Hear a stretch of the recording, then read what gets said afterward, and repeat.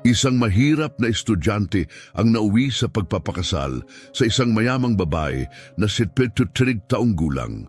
Isang linggo matapos ang kanilang kasal, nagulat siya sa madilim na kulay abong langit na bumalot sa maliit na bayan ng kolehiyo sa Texas. Ang mga kalsada ay kumikislap sa ulan. Naglalakad sa sidewalk si Mateo Santos, 21 taong gulang, nakasabit ang backpack sa isang balikat at bakas sa mukha ang alalahanin.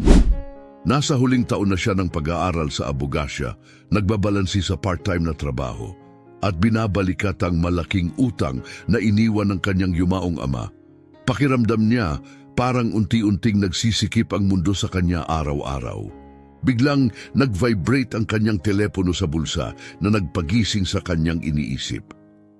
Mateo Santos, sagot niya. Isang kalmado at maotoridad na boses ang narinig niya. Mr. Santos, ako si Carmen Rosales. Kailangan nating pag-usapan ang iyong sitwasyong pinansyal. Nagulat si Mateo at sumagot, Pasensya na, sino kayo? Paano niyo nalaman ang tungkol sa... Alam ko ang kailangan kong malaman, putol ng babae sa kanya. Magkita tayo sa Rosales Bistro ng alas 7 ng gabi, mahalagang mag-usap tayo. Naputol ang linya bago pa man siya makapagtanong. Bagamat naguguluhan, ngunit na curious, nagtungo siya sa mamahaling kafe na sinabi nito. Habang papalapit siya, lalong lumakas ang ulan at halos hindi na siya maprotektahan ng kanyang jacket. Pagpasok niya, sinalubong siya ng mainit na ambience at mabangong amoy ng nilulutong kape. Sa isang tahimik na mesa, naroon si Carmen Rosales, isang elegante at may kaayusang babae na may pilak na buhok. Nakasuot siya ng suit na nagpapakita ng kayamanan. Mateo, tawag niya, inanyayahan siyang umupo. Kalma ngunit puno ng otoridad ang kanyang boses. Agad namang umupo si Mateo sa harap niya. Mrs. Rosales, tungkol saan po ito? Diretso sa punto, gusto ko iyan. Wika niya habang umiinom ng tsaa. Mateo, alam ko ang mga utang na iniwan ng iyong ama at nakikita ko ang hirap mo. May alok ako sa iyo. Kunot noong tumingin si Mateo. Anong klaseng alok? Ibinaba ni Carmen ang tasa ng tsaa at tinitigan siya ng seryoso. Pakakasalan mo ako, sabi niya ng diretsyo na nag-iwan ng bigat sa pagitan nila. Nanlaki ang mata ni Mateo, hindi makapaniwala. Pasensya na? Ano po? Tama ang narinig mo. Patuloy niya, seryoso ang tono. Hindi ito tungkol sa pagmamahal. Ito ay purong kasunduan lamang. Ako ang magbabayad ng iyong mga utang. Titiyakin ko ang kinabukasan mo. At ang kailangan mo lang gawin ay maging asawa ko. Napatawa si Mateo, tila hindi makapaniwala. Seryoso ba kayo? Bakit ako? Hindi niyo nga ako kilala. Bahagyang yumuko si Carmen, ang tingin ay matalas. Eksakto, bata ka walang sabit at desperado para isaalang-alang ang alok ko. Hindi ko hinahanap ang pagmamahal, Mateo. Kailangan ko ng partner, isang taong magdadala ng aking pangalan, hahawak sa ari-arian ko at walang hihilingin pa. Isipin mo itong kontrata lamang. Umiling si Mateo, gulong-gulo ang isip. Hindi ko ito maintindihan. Ano ang mapapala niyo rito? Sa unang pagkakataon, nagbago ang ekspresyon ni Carmen, tila bahagyang malungkot. Buong buhay ko, nag-iisa ako, Mateo. Walang anak, walang natitirang pamilya. Naghahanap ako ng makakasama kahit sa forma lamang at nais kong ayusin ang aking pamana. Ang isang asawa ay makakabuo ng lahat ng iyon. Biglang tumayo si Mateo, gumalaw ang upuan sa sahig. Kailangan ko ng oras para pag-isipan ito. Naunawaan, sagot ni Carmen ng kalmado, pero huwag kang magtagal, ang alok na ito ay may hangganan. Habang pauwi si Mateo, basang-basa siya ng ulan, nanatili sa isang estado ng pagkagulat. Kinagabihan, ikinuwento niya ang sitwasyon sa kanyang ina habang sila'y nasa lamesa sa kusina. Bakas sa mukha ng kanyang ina ang pag-aalala. ang bigat ng gasto sa kanyang gamutan at ang nalalapit na pagpasok ng kanyang kapatid sa kolehiyo ay pabigat sa kanilang pamilya. Mateo, mahinang bulong ng kanyang ina matapos marinig ang alok ni Carmen. Parang hindi ka panipaniwala, pero kung nagbibigay siya ng tulong, baka dapat mo itong pag-isipan. Napatingin si Mateo sa kanyang mga kamay, nahihirapang balansehin ang kanyang pagmamalaki at ang kanilang sitwasyon. Ibig mong sabihin, papakasalan ko ang taong hindi ko mahal para lang malutas ang problema natin. Ang ibig kong sabihin, iligtas mo ang sarili mo, sagot ng kanyang ina. Nanginginig ang boses at tayo. Kinabukasan muling nakipagkita si Mateo kay Carmen sa bistro. Tulad ng dati, kalmado at matatag ang kanyang presensya. May desisyon ka na ba? Tanong ni Carmen, hindi man lang tumingin mula sa hawak niyang tablet. Huminga ng malalim si Mateo at sumagot, gagawin ko. Ngumiti si Carmen ng bahagya at ibinaba ang tablet. Magaling, aasikasuhin ko ang lahat kaagad. Pagkalipas ng 1 linggo, nakasuot si Mateo ng suite na inihanda ni Carmen, nakatayo sa isang maliit na korte. Ang seremonya ay maikli, dinaluhan lamang ng abogado ni Carmen at isang notaryo. Habang nagpapalitan ng mga sumpaan, naramdaman ni Mateo ang kakaibang kaba. Nang ideklara silang mag-asawa, ang ngiti ni Carmen ay magalang ngunit malamig. Maligayang pagdating sa iyong bagong buhay, Ginoong Santos. Habang lumalabas ng korte sa ilalim ng mahinang ambon, napansin ni Mateo ang kanyang refleksyon sa isang puddle. Naisip niya kung nailigtas ba niya ang kanyang pamilya o isinuko ang kanyang dignidad. Pagdating niya sa mansyon ni Carmen Rosales, nabighani siya sa ingranding mansyon. Para itong museo dahil sa mga granding haligi at perpektong bato, ngunit tila malungkot at walang buhay ang mga bintana. Pagbaba niya ng taxi, dala ang kanyang maleta, parang pumasok siya sa isang kakaibang panaginip, umarahil isang bangungot. Sinalubong siya ni Carmen sa foyer. Ang kilos nito ay maingat at organisado. Maligayang pagdating, Ginoong Santos, sabi nito ng formal na nagdulot ng kakaibang lamig sa kanya. Ang hapunan ay 7:00. Tahimik siyang tumango, sinundan ang isang tagapag-alaga patungo sa kanyang bagong silid. Kitang-kita ang karangyaan sa king-sized na kama at antigong dekorasyon, ngunit tila malamig ang kwarto, parang display kaysa isang tirahan. Kinagabihan, sa hapunan, si Mateo ay nakaupo sa isang dulo ng mahabang mesa habang si Carmen naman ay nasa kabilang dulo. Pareho silang pormal ang kasuotan. Ang pagkain ay maggarbo. Inihain ng hindi nakikitang mga tauhan sa isang katahimikang parang umaalingaw-ngaw sa ingranding bulwagan. Sana'y nakakapag-adjust ka na, wika ni Carmen, habang maingat na hinihiwa ang kanyang filet mignon. Medyo iba, maingat na sagot ni Mateo. Napakalaki ng mansion, madali akong maligaw. Ngumiti si Carmen ng bahagya. Maaring masanay ka o baka hindi, pero nandito ka na kahit papaano. Naramdaman ni Mateo ang hapdi ng kanyang direktang sagot. Hindi mo pa masyadong naikukwento ang tungkol sa iyong napahinto siya, asawa. Tumigil si Carmen sa paghiwa ng kanyang pagkain, dahan-dahang pinunasan ng kanyang bibig gamit ang napkin bago sumagot. Nasa negosyo siya, tulad ng iyong ama. Nagkita sila ng ilang beses. Ang kanyang boses ay nagkaroon ng mas madilim na tono. Hindi lahat ng pagkikita ay nagtatapos ng maganda. Bumilis ang tibok ng puso ni Mateo. Anong ibig mong sabihin diyan? Tinitigan siya ni Carmen ng matalas. May mga hindi nalulutas na isyu na minsang nagtatagal. Sabi niya, iniangat ang kanyang baso ng alak. Pero nakaraan na iyon.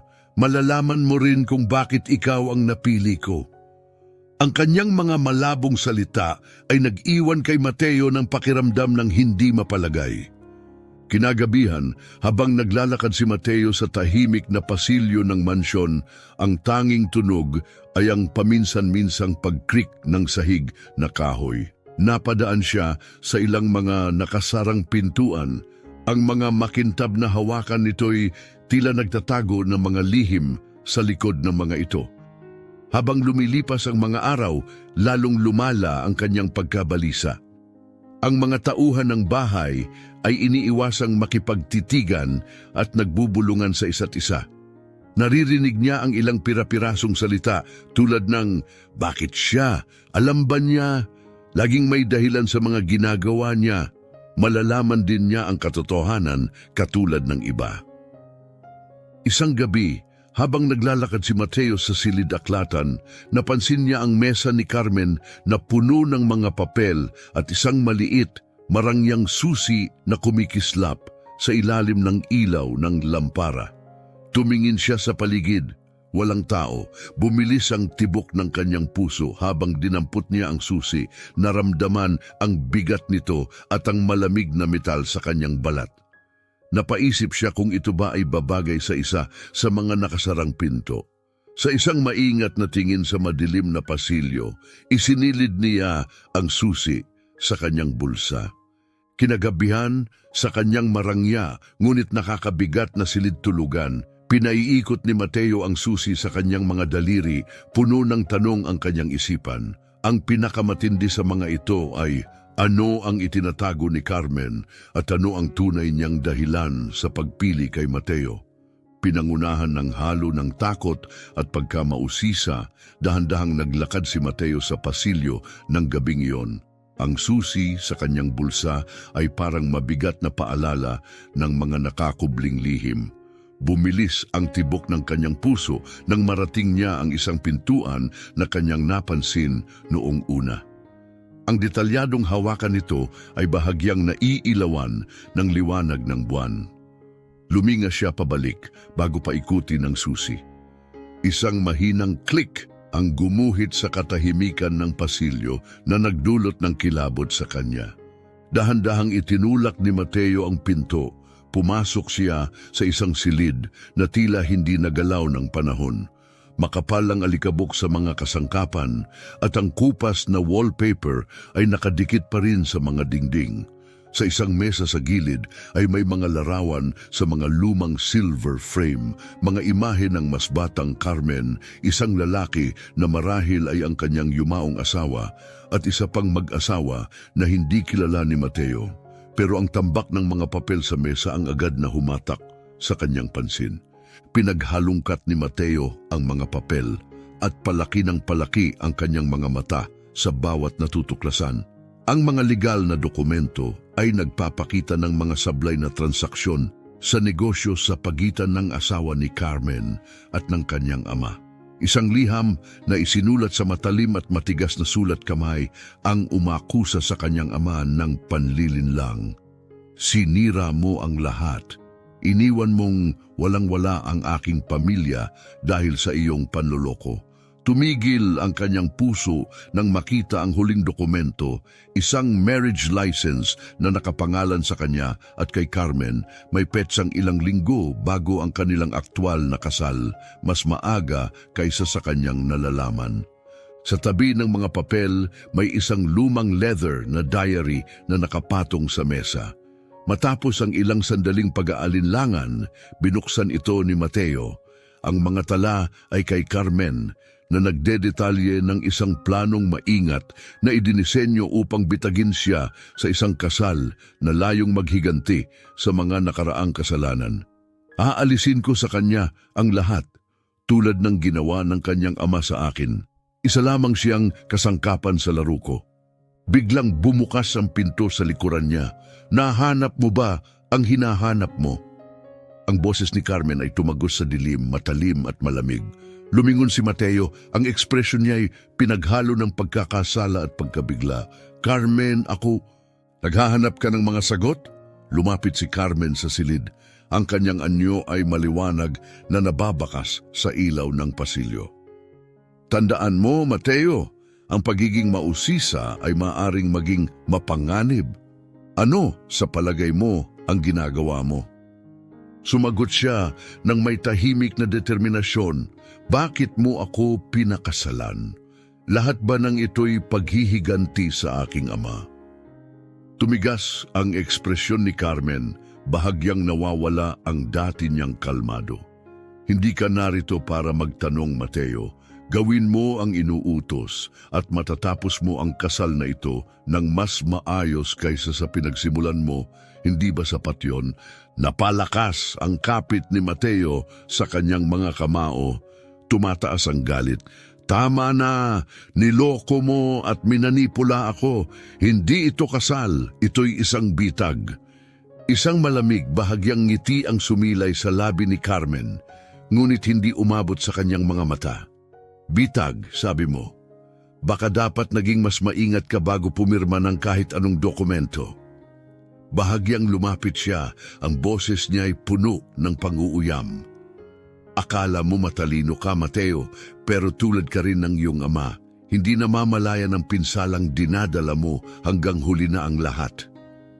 Matalim na tumingin si Mateo sa kanya, ramdam ang bigat ng pagkakakilanlan ng kanyang ama. Kung labis mo siyang kinamuhian, bakit mo piniling ipaghiganti ito sa akin? Wala akong kinalaman sa ginawa niya laban sa iyong pamilya. Tinitigan siya ni Carmen ng matagal. Ang katahimikan sa pagitan nila'y tila nagiging mas mabigat. Sa huli, tumalikod siya. Hindi mo alam kung saan ka napasok, Mateo. Huwag kang makialam sa mga bagay na hindi mo naiintindihan. Sa kanyang pag-alis, nag-echo ang tunog ng kanyang mga hakbang sa kahabaan ng pasilyo. Paglaon, habang nakahiga sa kanyang marangyang ngunit nakakapasong kama, na natiling gising si Mateo, ang kanyang isipan ay gulo-gulo. Ang mga sinabi ni Carmen ay bumabagabag sa kanya, ngunit mas lalong kinukulit siya ng mga dokumento at tala sa diary. Bakit siya umabot sa ganitong haba? Para lang makasama siya sa kanyang paghihiganti. Paghihiganti lamang ba ang motibo niya o may mas malalim pang dahilan? Ang mahinang boses ni Carmen ay pumutol sa kanyang pag-iisip. Bumangon siya mula sa kama, tahimik na naglakad papunta sa opisina ni Carmen. Itinapat ang tainga sa pinto upang makinig. Siguraduhing tapos na ang paglipat, matalas na utos ni Carmen. Hindi siya dapat umurong ngayon. Malapit na tayong maubusan ng oras. Isang malamig na kilabot ang dumaan kay Mateo. Ang lalim ng sitwasyon ay mas malala kaysa sa kanyang inaasahan. Sa kalagitnaan ng malawak na silidaklatan, habang nag-iisa, binalot siya ng takot at pagkalito. Ang mga mahiwagang pahayag ni Carmen at ang mga ebidensyang natuklasan niya sa nakasarang silid ay malinaw na nagsasabing siya'y nasa isang sitwasyong hindi niya kayang kontrolin. Ang dating kamanghamanghang mansyon ay naging parang marangyang bilangguan. Ang karangyaan nito'y tila nagtatago ng madilim na lihim.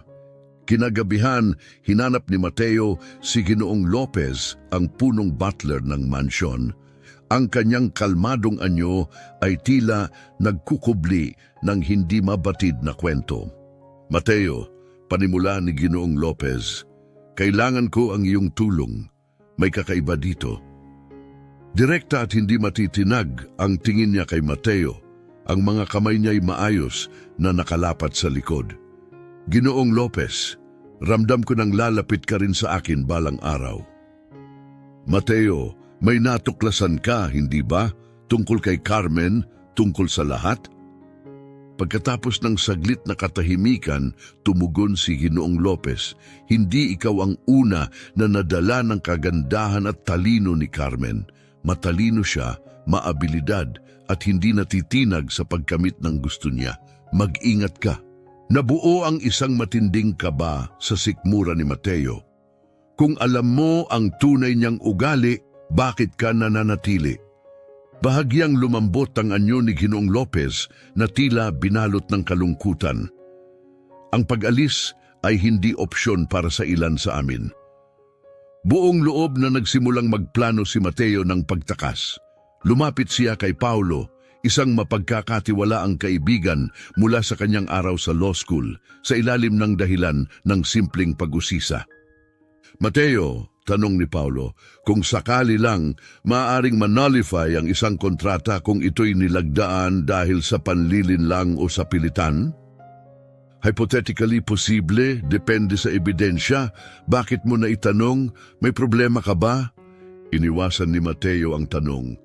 Gumagawa lang ako ng hypothetical para sa klase. Salamat, pre. Sa mga sumunod na araw, palihim na naghalughog si Mateo sa opisina ni Carmen tuwing wala ito, naghahanap ng sagot tungkol sa kanyang obsesyon sa kanyang ama. Isang gabi, habang binubusisi ang kanyang mesa, natagpuan niya ang isang sobre na naka-address sa kanyang ama. Sa loob nito ay isang mapanuyang liham mula kay Carmen. Inakusahan nito ang ama ni Mateo ng pandarambong, panloloko at pagkamapanlinlang na di umano'y sumira sa kayamanan ng kanyang pamilya at naging sanhi ng pagkamatay ng asawa ni Carmen. Iniwan mo kaming walang-wala, ang stress ang tumapos sa aking asawa at namatay siya dahil sa iyong mga ginawa. Sisiguraduhin kong magdurusa ang iyong pamilya sa ginawa mo. Nagbaliktad ang sikmura ni Mateo sa tindi ng kanyang nararamdaman. Malinaw na ang mga motibo ni Carmen ay hindi lamang tungkol sa pagbawi ng pera, ito'y nakaugat sa matinding galit at paghihiganti na nabuo mula sa matagal ng kalungkutan at puot. Maingat niyang ibinalik ang liham, ngunit buo ang kanyang desisyon na kumilos. Hindi siya papayag na maging kasangkapan sa plano ni Carmen para maghiganti. Kinagabihan, tahimik niyang isinulat ang mga posibleng ruta ng pagtakas mula sa mansyon. Ngunit si Carmen, na likas na mapagmasid, ay naramdaman ang kanyang pagkabalisa. Kinabukasan, hinarap siya ni Carmen sa silid kainan. Ang nakakakilabot niyang presensya ay tila pumunit sa kalmadong hangin. Carmen, mukhang abala ka nitong mga nakaraang araw, maingat na sabi ni Mateo. Tumingin si Carmen, ang kutsarang hawak ni Mateo ay nanatiling nakabitin sa ere. Hindi ko alam ang ibig mong sabihin. Ngumiti si Carmen ng malamig at tumugon, huwag kang magkunwaring walang alam, Mateo. Hindi ka sapat na matalino para malampasan ako. Mas matatalinong tao pa ang natalo ko. Napalunok si Mateo, pilit na pinapanatili ang mahinahong tono. Ano man ang inaakusahan mo sa akin, sinisiguro kong wala akong ginagawang masama. Bahagyang yumuko si Carmen, ang kanyang boses ay tila may lason. Trahido rin mo ako at pagsisisihan mo ito, bulong niya bago tumuwid at tuluyang umalis. Naiwan si Mateo na naghahanap ng desisyon. Ang pagtakas ay delikado, ngunit ang manatili ay nangangahulugang pagsuko sa masasamang plano ni Carmen, isang bagay na hindi niya kayang tanggapin. Habang naglalakad-lakad si Mateo sa silid-aklatan, mabigat ang kanyang isipan dahil sa mga kamakailang natuklasan. Kinumpirma ng pribadong detektib na lihim niyang inarkila ang masakit na katotohanan. Ang yumaong asawa ni Carmen, si Harold Rosales, ay niloko ng ama ni Mateo sa isang mapanlinlang na transaksyon sa ari-arian na sumira sa kayamanan ng pamilya Rosales. Ang sumunod na atake sa puso ni Harold na nagdulot ng kanyang pagkamatay ay nagtulak kay Carmen sa bingit ng paghihiganti. Ang intensyon ni Carmen na pakasalan si Mateo ay hindi lamang isang estratehiya. Ito ay isang masusing plano upang pahirapan ang kanyang pamilya. Pinapalawig ang paghihiganti lampas sa libingan. Pinipigilan ng galit na papaisip si Mateo kung bakit siya ang kailangang magdusa para sa mga kasalanan ng kanyang ama. Bagamat kinamumuhian niya ang mga pamamaraan ni Carmen, hindi niya maiwasang maramdaman ang lungkot sa sakit na nagtulak sa kanya sa ganitong kalagayan. Kinagabihan, palihim na nakipagkita si Mateo kay Paulo, ang kanyang kapanalig mula sa law school. Magkasama nilang inayos ang mga ebidensyang nakuha mula sa opisina ni Carmen at ang ulat ng detektib. Nahanap nila ang mga pruweba ng mga kasalukuyang kaduda-dudang negosyo ni Carmen, mga ilegal na alyansa at mga pekeng pahayag sa pananalapi na layong ibalik ang kanyang yaman sa mapanlinlang na paraan. Paolo, sapat na ito para pabagsakin siya, pero mag-ingat ka. Kapag nagduda siyang alam mo na ang lahat, maaaring maging hindi siya mapigilan. Matatag ang ekspresyon ni Mateo. Sobra na ang pinsalang dulot niya. Panahon na para itigil ito. Kinabukasan, nakaupo si Mateo sa malawak na sala. Ang mahahalagang ebidensya ay nakatago sa kanyang bag. Nang pumasok si Carmen na may karaniwang kalmado niyang anyo, tumayo siya upang harapin ito. Mateo, kailangan nating mag-usap, sabi ni Carmen. Talaga? Ano bang napakahalaga? Tanong ni Carmen. Ang kilay ay bahagyang nakataas, ang tono'y matalim. Hawak ng mahigpit ang mga dokumento, sagot ni Mateo. Alam ko na ang lahat tungkol sa ama ko kay Harold at sa mga plano mo para ibalik ang yaman mo. Saglit na bumagsak ang maskara ni Carmen at napatingin siya sa mga papel na hawak ni Mateo. Naghahalungkat ka na naman, hindi ba? Naiintindihan mo ba kung gaano kalaki ang pinsalang ginawa ng iyong ama sa aking pamilya? Lumapit si Mateo, tumitindi ang tono ng kanyang boses. Oo, naiintindihan ko. Pero paano naman ang mga walang kinalaman dito? Paano ang pagiging inosente ko sa lahat ng ito? Tumigas ang ekspresyon ni Carmen. Makatarungan bang agawin sa pamilya ko ang lahat na ang asawa ko'y mamatay sa stress at pighati habang ang iyong amay patuloy na yumaman? Huwag mo akong pangaralan tungkol sa katarungan, Mateo. Habang iniabot niya ang ebidensya, nanginginig ang kanyang mga kamay. Ang paghihiganti ay hindi magbabalik sa kanya, Carmen, at hindi nito maaayos ang nakaraan. Hinayaan mong kainin ka ng paghihiganti. Sinasaktan ng mga inosente at winawasak ang buhay ng iba. Kailan ito titigil? Saglit na lumambot ang postura ni Carmen at akala ni Mateo'y may nakita siyang bahid ng pagsisisi sa kanyang mga mata. Pinapakalma ang boses, sinabi ni Mateo, Carmen, kahawig mo si Harold, ang kanyang determinasyon, ang kanyang lakas ng loob. Hindi ko naisip na makakaramdam ako ng kahit ano para sa'yo, pero nandito tayo ngayon. Natigilan si Carmen sa kanyang sinabi. Tumigil si Mateo, nag-aalinlangan. Kung totoo ang nararamdaman mo, itigil mo na ito. Wakasan mo bago pa tuluyang masira ang lahat. Ngunit bago makasagot si Carmen, narinig ang tunog ng mga gulong ng kotse sa graba. Ilang sandali lang, pumasok ang mga nakasibilyang pulis sa silid kasama si Paulo sa likuran nila. Officer Carmen Rosales, inaresto ka na. May warrant kami para sa mga kaso ng pandaraya at sabwatan, anunsyo ng isang opisyal. Habang naninigas ang ekspresyon ni Carmen, tumingin siya kay Mateo, hindi makapaniwala. Tinawagan mo sila? Humarap si Mateo ng diretsyo, pinanatili ang kanyang kalmado. Wala na akong ibang opsyon. Habang inilalabas si Carmen ng mga pulis, saglit siyang tumigil at tiningnan si Mateo. Akala mo nanalo ka, Mateo? Pero tandaan mo, mahirap putulin ang siklo ng paghihiganti. Huwag mong hayaang lamunin ka rin ito. Habang pinapanood ni Mateo ang pag-alis ni Carmen, isang halo ng ginhawa at lungkot ang bumalot sa kanya. Natuklasan niya ang katotohanan at naingatan ang kanyang kinabukasan. Ngunit ang huling mga salita ni Carmen ay umaling-aungaw sa kanyang isipan, nag-iiwan ng mahabang anino. Kaya bang tuluyang mawala ang mga nalalabing sugat ng kanilang magkaugnay na kasaysayan? Ang matalas na tunog ng martilyo ng hukom ay umalingaw-ngaw sa korte, hudyat ng pagtatapos ng paglilitis kay Carmen Rosales. Nasa likod na bahagi ng silid, tahimik na nagmasid si Mateo sa dating makapangyarihang babae na hindi sinasadyang naging asawa niya habang hinaharap nito ang mga bunga ng kanyang mga plano.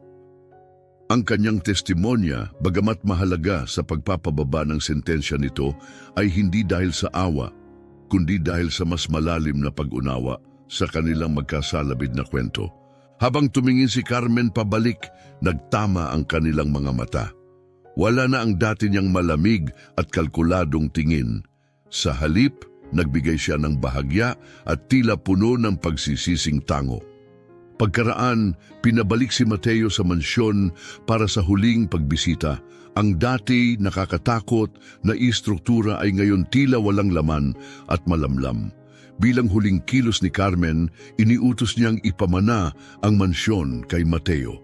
Inabot ng abogado ng mansyon ang isang liham na isinulat ni Carmen. Mateo, ang aking mga ginawa ay hindi kailanman dulot ng pagnanais sa kayamanan, kundi ng paghahanap ng kasagutan. Nararapat kay Harold ang katarungan, ngunit nawala ako sa tamang landas. Ipinaalala mo sa akin ang posibilidad na magpatuloy. Ang mansyon na ito ay hindi na kumakatawan sa aking sakit. Ito ay may potensyal para sa bagong simula. Pinagkakatiwala ko ito sa iyo. Naramdaman ni Mateo na likas lamang na ibenta ang mansyon. Ito ang naging kulungan para sa kanya at kay Carmen. Ang kita mula sa bentahan ay binayaran ang mga utang ng kanyang pamilya. Pinalaya ang kanyang ina mula sa mahabang anino ng mga pagkakamali ng kanyang ama. Gamit ang natirang pera, itinatag ni Mateo ang isang scholarship sa alaala ni Harold Rosales bilang pagkilala sa biktimang hindi sinasadyang nadamay sa gulo ng kanilang pamilya. Ang pagbabalik ni Mateo sa law school ay nagdala ng bagong sigla. Sa bagong layunin, itinuon niya ang kanyang kaalaman sa batas upang tulungan ang mga napagkaitan ng hustisya, tulad ng naranasan ni Carmen noon. Isang araw ng taglagas, nakatanggap siya ng bagong liham mula kay Carmen. Ang pamilyar na sulat kamay agad niyang nakilala. Nakaupo sa isang bench sa campus, binuksan ni Mateo ang liham. Mateo, ipinakita ng pagninilay na ang paghihiganti ko ay naging isang personal na bilangguan. Ang iyong di inaasahang kabutihan sa kabila ng aking mga pagkakamali ay nagbigay sa akin ng aral. Ang pagpapatawad ay isang anyo ng lakas, hindi kahinaan. Salamat sa iyong pag-angat sa kalupitan ng mundo at sa pagpapakita ng kapangyarihan na putulin ang mga siklo ng ating mga minana. Naway matagpuan mo ang kaligayahang hindi ko natagpuan. Habang iniintindi ang kanyang mga salita, maingat na tiniklop ni Mateo ang liham at inilagay ito sa kanyang bulsa, taglay ang bagong kapanatagan. Isang taon matapos ang pag-aresto kay Carmen sa isang simpleng seremonya para sa mga benepisyaryo ng scholarship, nakatayo si Mateo sa harap ng isang plake na nagpaparangal sa Harold Rosales Scholarship Fund for Second Chances. Sa kanyang talumpati, ang kanyang boses ay puno ng sinseridad. Ang pondo na ito ay higit pa sa simpleng tulong pinansyal. Ito'y pagbibigay ng oportunidad sa mga maaaring hindi napapansin, ginagawang inspirasyon ang mga hamon bilang susi sa paglago. Pagkatapos ng seremonya, saglit siyang tumigil ng mag-isa, iniisip ang magulong mga pangyayari ng nakaraang taon. Lubos na nabago ang kanyang buhay, ngunit naramdaman niya na sa wakas ay nasa tamang direksyon na siya. Umalis si Mateo sa seremonya na may bahagyang ngiti. Tumingala sa malinis na kalangitan at damang-dama ang ginhawang dulot ng pagtalikod sa mga bigat ng nakaraan.